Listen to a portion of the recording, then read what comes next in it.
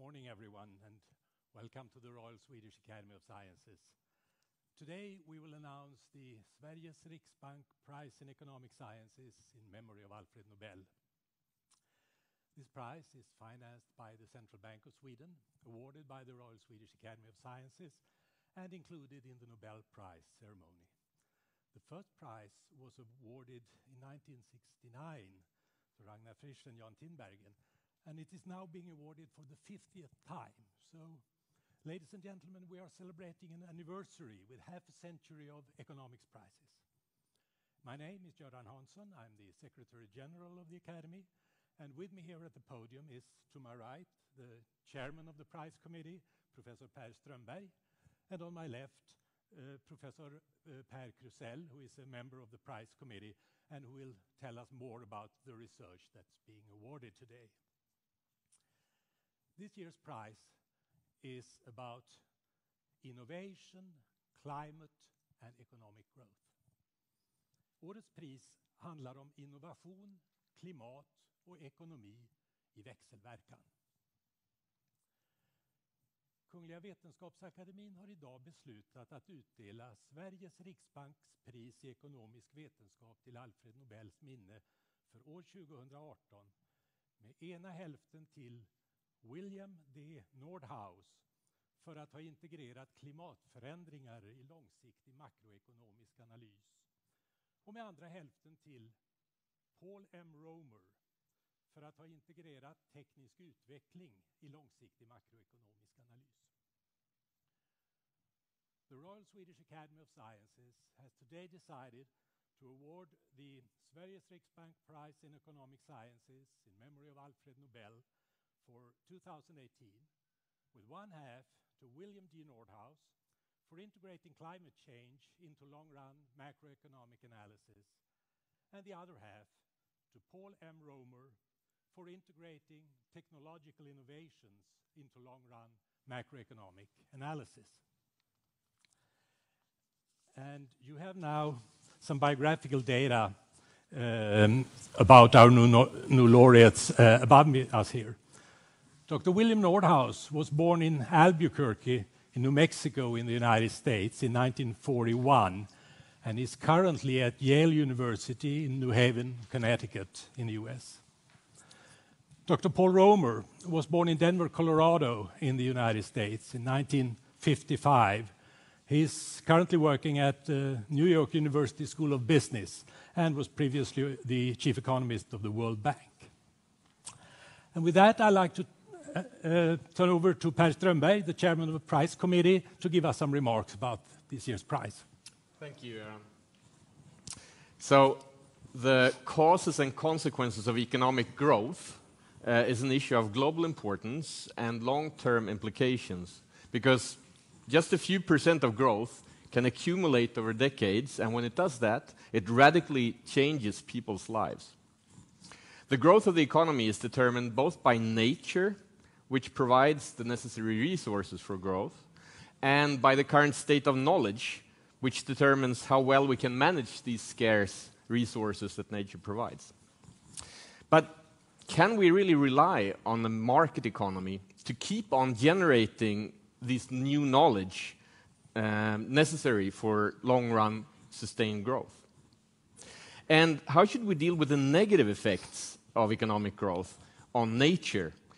For example, the climate change caused by increasing emission of greenhouse gases. This year's laureates have provided us with tools that are crucial for understanding how the economy interacts with nature and with knowledge, and which policies help generate sustained and sustainable long-term economic growth. In the mid-1970s, as natural scientists started to become increasingly worried about the effects of greenhouse gas emissions on the climate, William Nordhaus started studying the interplay between the market economy and the global climate.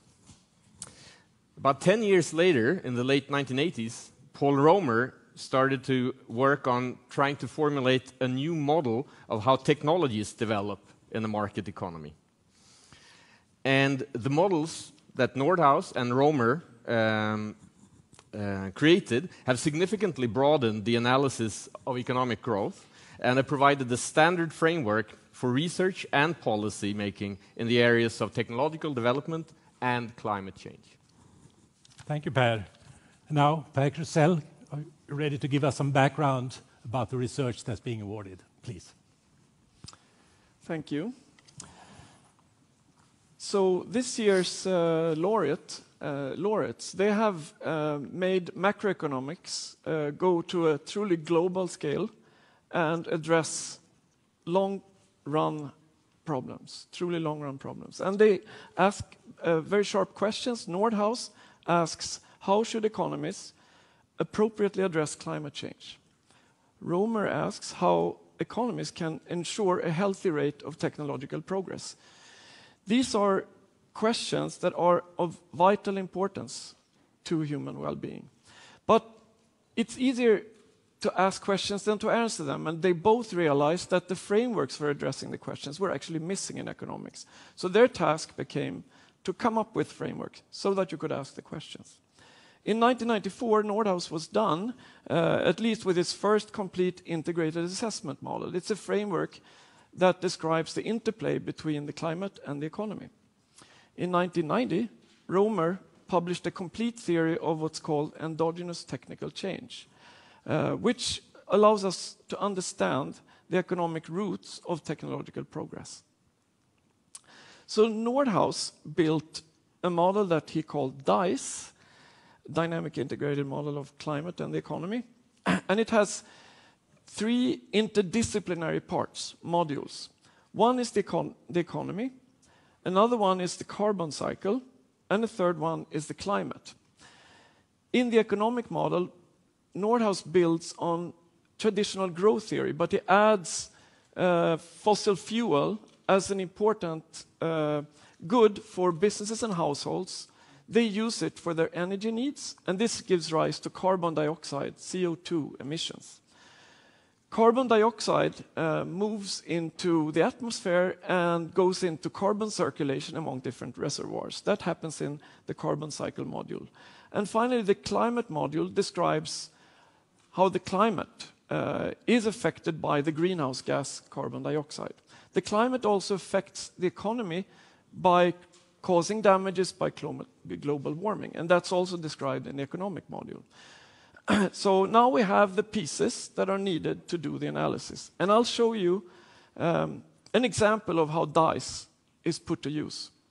This is a graph that shows us what the model predicts for carbon dioxide emissions over time, under the assumption that we don't change our current climate policies. Here's another graph.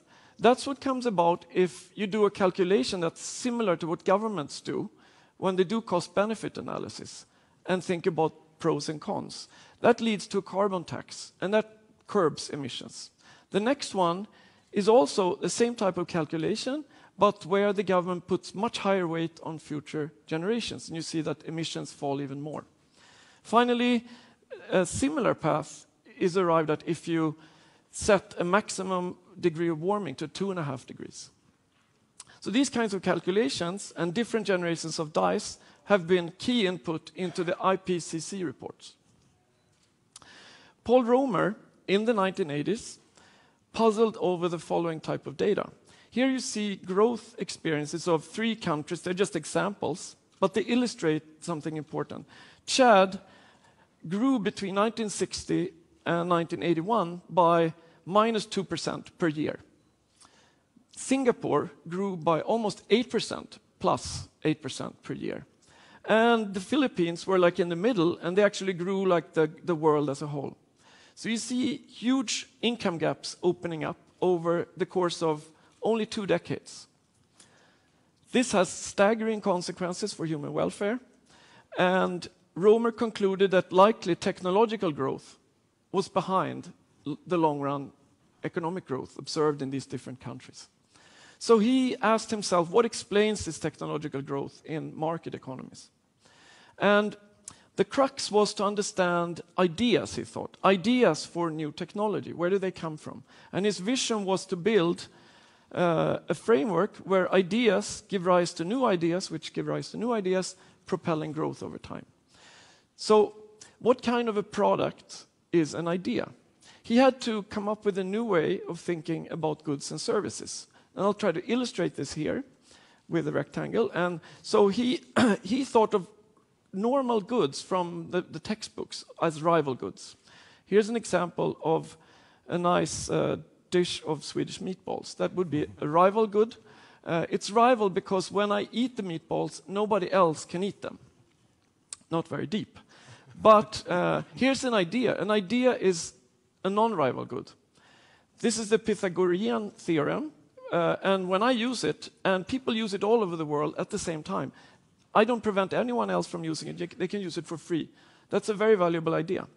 But it's not the kind of ideas that markets provide. Here's another idea. What is this? This is computer code, but you can't really see that it's computer code. Why? Because it's encrypted. So there's a dimension of ideas which is that can be excludable or non-excludable. The theorem cannot be excluded, but a computer code can. And Romer realized that it's the excludable types of goods that can be provided by markets. Here's something in between, somewhat excludable. This is the recipe for the Swedish meatballs. It's in Swedish, so it's hard to understand for most of the world's population. So he focused on this part of the rectangle. Ideas are non-rival. For market production, they need to be partly excludable. Restricting access is key, but it's also tricky because restricting access means that there will be monopoly power, and we know there are problems with monopoly power. So Romer incorporated this new paradigm, this new way of thinking about goods and services into growth theory, and built a simulation model, much like Nordhaus's dice model. So these two researchers, they have asked different questions, they have worked entirely separately, but they have many things in common. One is that they build on the same growth theory framework. They also ask questions of a truly global and long-run macroeconomic nature. They don't provide definitive answers. Why? Because these answers are, the questions are huge and very difficult to answer definitively. But they offer us the methodological tools to begin finding them in the form of dynamic simulation models. They also offer us great advice in terms of thinking systematically about economic policy. So Nordhaus highlights what economists call negative spillover effects. And here the idea is that when firms and when businesses and households use fossil fuel, they pay for the production of the fuel, but not for the damages they cause when they generate emissions. So he advocates a global carbon tax, and he shows us how to compute it. Romer highlights spillover effects too, but in this case they're positive. Here the idea is that when an innovator comes up with a new idea, the innovator may make some profits, but doesn't fully get to the benefits from how this idea helps other innovators.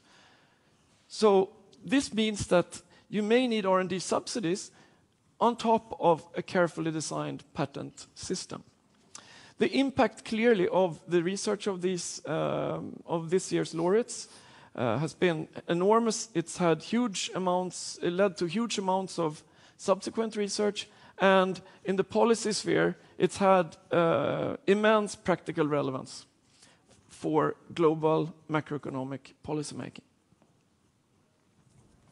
Thank you very much, Per, for that excellent presentation. And now we may have one of our new laureates with us on the phone line. Dr. Romer, are you there? Yes, I am. Good morning. Good morning. This is Göran Hansen, who spoke with you about half an hour ago and gave you the good news. We're having a press conference now here at the Royal Academy of Sciences, and we have a number of journalists here, and I'm sure some of them would like to ask you some questions. Yes, we have a gentleman over here who would like to start. I think he's from Swedish television. Please. Okay. Congratulations, Mr. Romer, to the prize. Yes, thank you. This is Knut Kainselongdud for Swedish television in Stockholm. I must ask you, you wrote a paper a couple of years ago in New York when you were very critical against your colleagues on the current state of national economics. What do you think about those thoughts today? Well, in some sense, what both Bill Nordhaus and I have been thinking about is the process of science. It's what the Nobel Prizes recognize, many of them, several of them. And science is the most important social system humans have ever developed. But part of how science works is by criticism and challenge. There's no authority who can shut things down. There's no Supreme Court. Different individual scientists say what they think is right, and when they think their colleagues are wrong, they will say that. And so by criticizing over some dimensions where I thought there were some weaknesses, I was really just trying to do the thing that has always been part of the scientific method. May I just ask you, is there still a fog of math, as you called it, in this science? I'm sorry, is it still? Oh, yes. Yeah, fog of math. Yeah. This is a subtle issue because math is a language, just like, Swedish and English are languages. Math is very good for producing results and explaining results like the Pythagorean theorem that Per mentioned. So math can be used very productively in a very helpful way. But sometimes people use it in a way which creates a kind of a fog of misunderstanding. And part of what I was pushing for, and I think everyone needs to keep pushing for, is that we all try as hard as we can to communicate clearly, because this is part of what Per's presentation brings out, is that knowledge is valuable only if it's communicated to other people, and it won't be accurately communicated if people are vague or confusing in their communication. So is there still some fog in our science? Of course. There's fog in our communication on everything. There's always room to do better, and it's part of my job is to help push that we all do better. Thank you very much. Now we have a question from Associated Press. Hello. First of all, congratulations, sir, on the prize. David Keaton from the Associated Press. Now, this prize comes at a very timely moment. The IPCC released a report today with major climate scientists saying that the world has only a dozen years to prevent global warming past the 1.5 degrees, unless which could then, if it's not succeed, yield to serious risks of drought, flooding, extreme heat, and other environmental crises. To what extent can this prize highlight not just the environmental risk, but also the economic risk to the planet if the world is not able to find an effective solution to combat climate change? Thank you very much. Yeah. So first, let me say that it's a shame that Bill isn't on the call, because he'd be best positioned to speak to this. I also want to be clear that the economics that I was struggling with about ideas this was a case where I could draw on work that Bill had done about monopolies and patents and ideas in his own PhD thesis. So there's a direct connection between my work and Bill's earlier work. I can't speak for him, but I think he would agree with me on the following point. It's entirely possible for humans to produce less carbon. There's some trade-offs, but once we start to try and reduce carbon emissions, we'll be surprised that it wasn't as hard as we anticipated. I read a little bit about the concern people had when we addressed the problem of the ozone hole caused by chlorofluorocarbons. there were many people saying this would be enormously expensive and difficult, and then once we actually set about reducing emissions of chlorofluorocarbons, it was a non-event. So I think the danger with the very alarmist portraits that people are giving, for which there's real basis, is that it will make people feel apathetic and hopeless. It's entirely doable for us, even now, to start bringing down the path of emissions and to protect a better future in climate. And it's entirely possible for us to have better standards of living as far into the future as we can see. So I said I was once a conditional optimist. If we do the right thing, everything can keep going better, but it is time that we start doing the right thing. Thank you very much for those thoughtful words. We have a question. The gentleman over there. Dr. Rummer, congratulations. My name is Johan Schick from Dagens Nyheter in Stockholm. I know that you have put forward rather controversial and bold ideas concerning how to deal with global migration. And that was some years ago. How do you look upon this issue now? I want to borrow a phrase that's attributed to Winston Churchill. I don't know if he said it, but my suggestion for dealing with potential migration flows is the worst idea that's ever been proposed, except for all the others. The problem is that there are no perfect solutions to a problem with enormous human consequences. And what I was trying to do was encourage people to think about some possibilities that weren't perfect. There's no question they wouldn't be perfect, but they would be better than what we have now, and I think better than any of the alternatives that others have suggested. So as I think people have come to realize we don't have good alternatives, and as they've realized the scale, there are hundreds of millions of people who say they want to leave the country where they were born.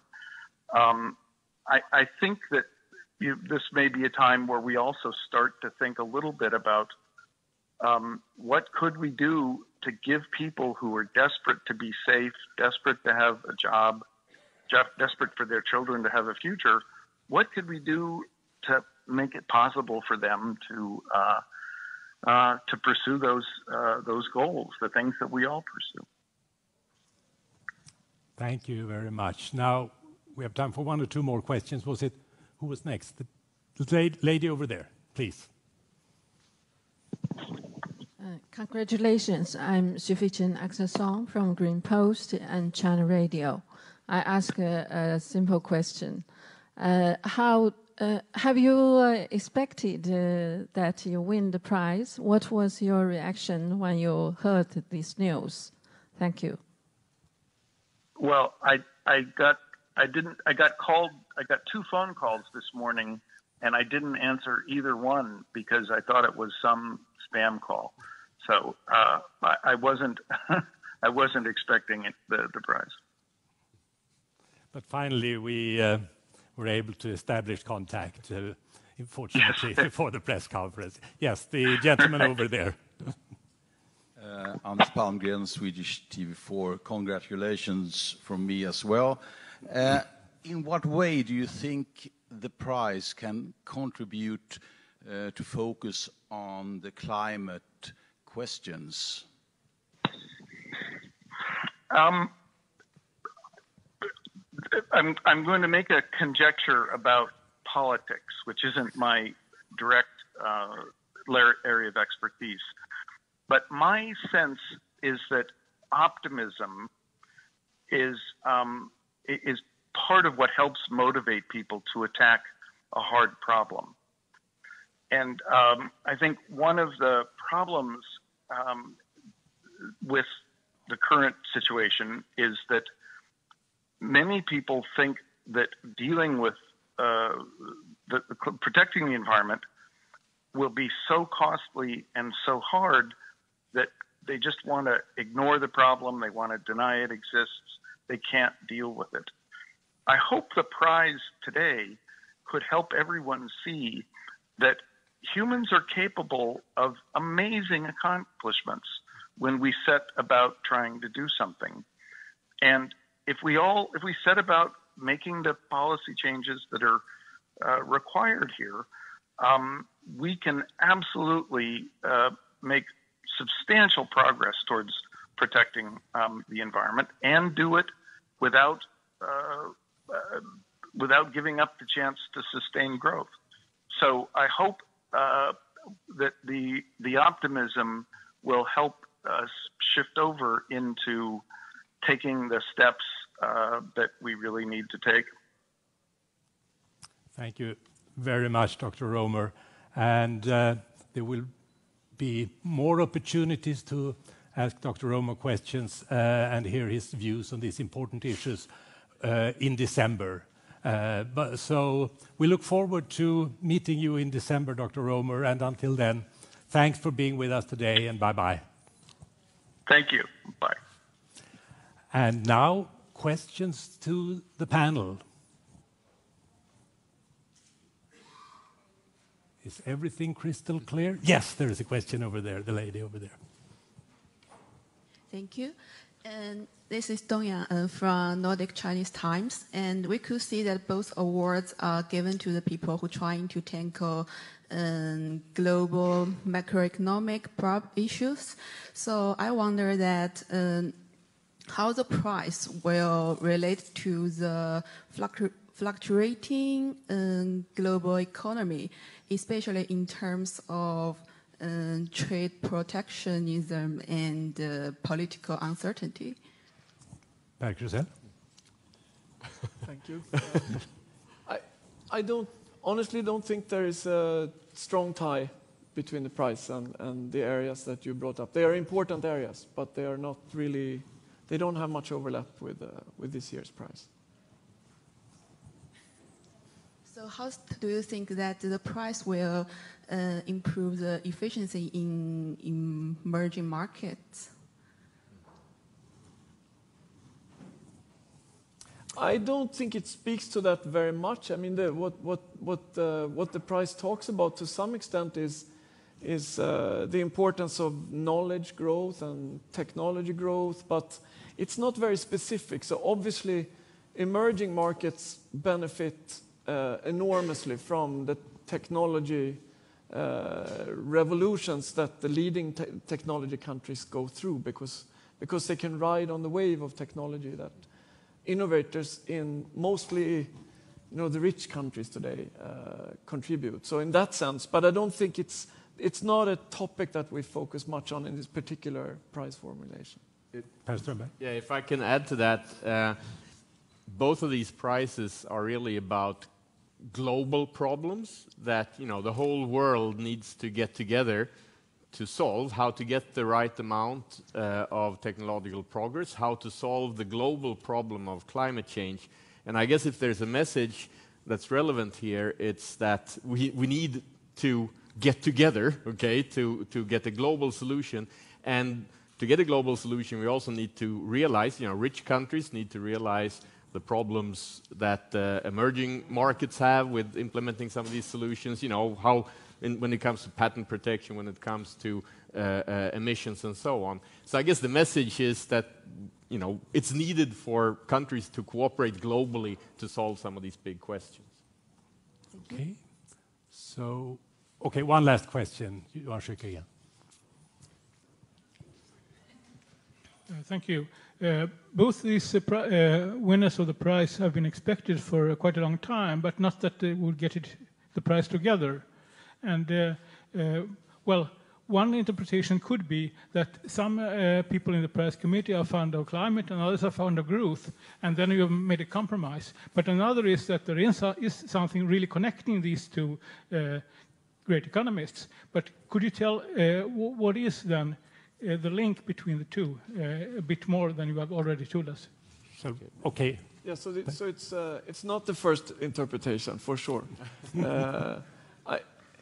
I can also tell you that when Paul Romer received the call, he was super happy that it was also given to Nordhaus. I mean, he's clearly interested in Nordhaus's work. They're interested in each other's work, and I think it's because they're part of the same agenda to think about the long run and to think about global issues. And they're asking fundamental questions, extremely difficult questions. So they have these things in common, but they also have in common that they built these tools that are very much alike. They built simulation tools that the rest of us can use and look at and study and improve. And so I think it's this common base that they built. That's another thing in common. They have a similar view of how to think about economic policy as well. As I emphasized in the presentation, they both think in terms of market failures, but they're kind of different in nature, but it's the same type of recipe that they offer. So I think that there's a lot of things in common, and in fact there is new literature coming out that I think Paul Romer was referring to, which is that to address some of the climate change issues, you really need to think about new technologies that replace fossil fuel.